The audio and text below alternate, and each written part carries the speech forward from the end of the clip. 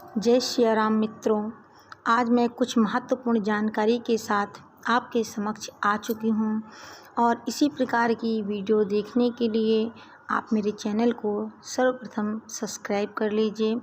जय श्री सीताराम।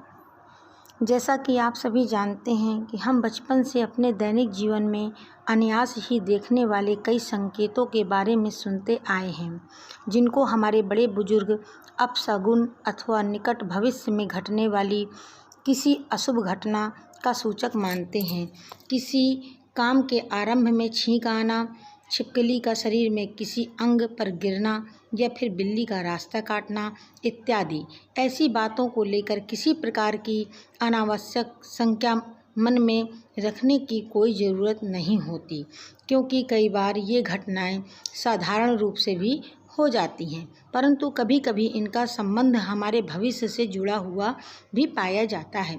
विशेषकर बिल्ली से संबंधित घटनाओं को लेकर तो बहुत से लोगों के मन में एक भय बैठा होता है, कारण कि बिल्लियां हमारी आम जिंदगी का हिस्सा हैं और सभी जगह देखी जाती हैं। शुभ अशुभ संकेतों के ऊपर सनातन धर्म के शगुन शास्त्र में विस्तार से बताया गया है। जैसा कि शकुन शास्त्र की बात करें तो इस ग्रंथ में हमारे आसपास के जीव जंतुओं और वातावरण से जुड़े क्रियाकलापों के आधार पर हमारे भविष्य की जानकारी मिलती है, जैसा कि आप सभी जानते हैं।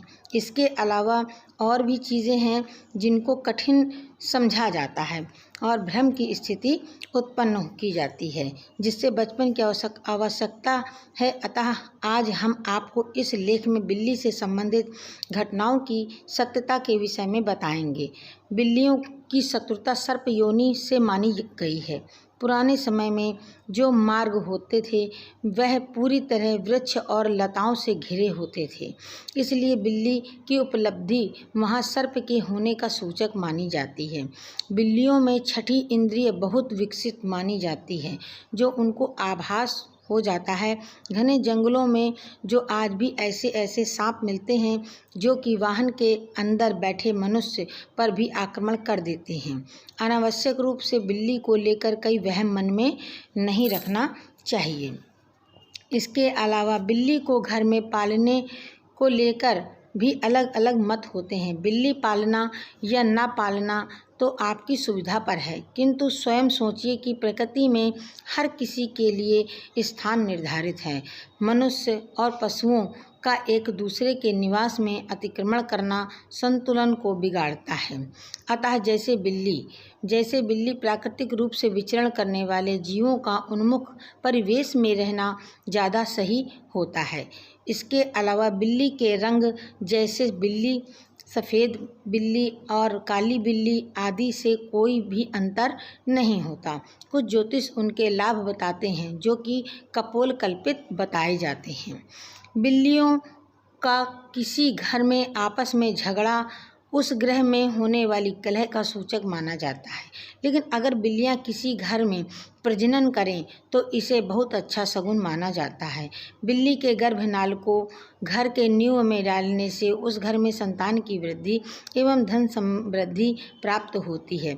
बिल्लियों को कृषक का मित्र भी कहा जाता है, क्योंकि यह उन चूहों का नाश करती हैं जो अन्न के दुश्मन हैं। जहाँ बिल्लियों का किसी वैसे घर में रोना जहाँ कोई लंबे समय से रोगग्रस्त हो, उस रोगी की मृत्यु का इशारा माना जाता है।